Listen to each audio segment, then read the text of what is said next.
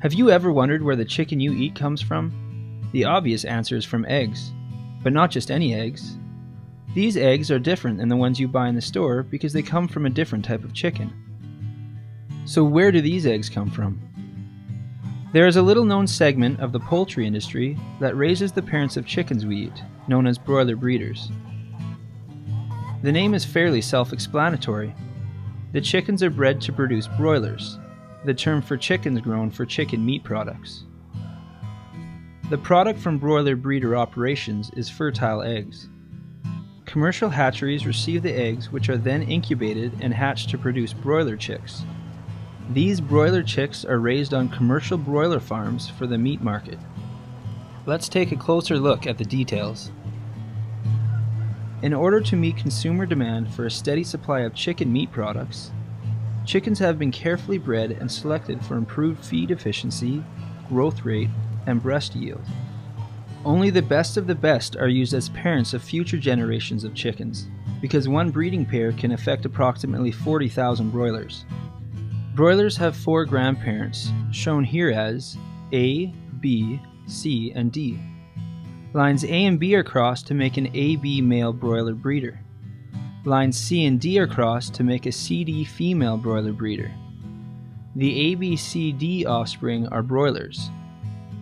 This breeding system ensures that broilers have all the necessary qualities to produce nutritious, safe, and top quality meat.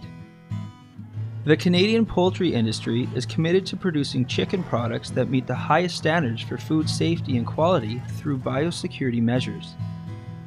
In order to maintain a healthy flock, diseases must be prevented from entering the barn from an outside source. Did you know that chicken barns have a dress code? A change of boots and clothing are necessary. Boot dips are also used to sterilize footwear, and you need to wash your hands before entering. These farms maintain biosecurity by controlling outside traffic on the farm and ensuring only authorized people enter the barns. Another thing farmers do to ensure the health of the flock is practice the concept of all in and all out. An entire flock will come into the barn at the same time, and the flock will be depopulated or be taken out of the barn at the same time. This way, the barn can be cleaned and disinfected between flocks. Broiler breeders arrive on the farm as day-old chicks. The chicks are usually delivered by trucks and sometimes by plane, since they come from breeding farms outside of the country. What happens until these chicks are old enough to start laying eggs? There are 2 stages in a broiler breeder's life: rearing and breeding. Producers have separate barns called pullet barns, where the chicks are reared. Pullet is the technical term for a young female chicken before she starts to lay. For the first couple of days after the chicks arrive, they are provided with high light intensity and 23 hours of light per day to encourage eating and drinking. Since the desired product is fertile eggs, most of the chickens on broiler breeder farms are hens. At the hatchery, chicks are sorted and counted according to sex. Now for a quick chicken anatomy lesson. In birds, the reproductive and digestive tracts share a common exit, called the cloaca or vent. The chick's cloaca is everted and examined to determine its sex. Some chicks can be sexed by an easier method, called feather sexing, if the genetics of the strain is designed to allow this. In some strains, females grow their large wing feathers faster than the male chicks do. Once the chicks are separated and counted, approximately 1 male for every 10 females are sent to the breeder farm. Generally, males are raised separately from the females, as they have different body weight targets, which are met by feeding different amounts. They are typically raised separately until 22 weeks of age.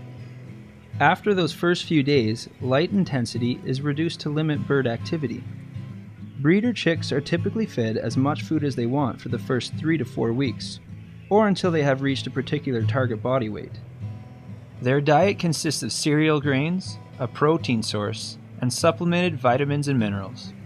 Breeder diets are less nutrient dense than broiler diets, since breeders are raised on very slow growth rates.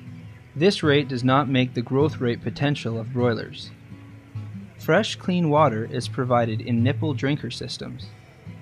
Proper ventilation is crucial to maintaining a healthy, productive flock by providing clean air and keeping the litter dry. It is important to remove dust and control carbon dioxide and ammonia levels. Light traps are used to control the interior light environment by blocking any outside light. While they are young, birds are exposed to short days, approximately 8 hours in length. The young birds are called chicks until their down starts to be replaced by feathers. Flock uniformity is important throughout the production cycle. It is maintained by providing enough space for all the birds to eat at one time, so there is no competition at the feeders. Uniformity is desirable because this impacts how the hens begin to produce eggs. Hens are fed early in the morning after the lights come on. One management tool sometimes used to optimize the distribution of feed and uniformity is to provide the birds with 2 times the normal allocation on alternate days. Skip-a-day feeding allows the birds to fill up their digestive tracts at each feeding and maximize their intake. Most producers feed once per day using automatic feeding systems. Birds have to be weighed often to know how much to feed them and to monitor flock uniformity. Weighing can be done manually or automatically. Ideally, at least 50 birds should be weighed at a time to give accurate data of the entire flock. Automatic scales weigh the birds that jump on and record the weight remotely.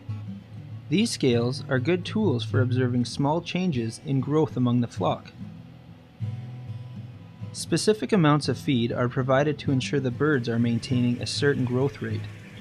Because these birds are bred for rapid growth, it is necessary to limit their feed intake so they don't become obese and unhealthy.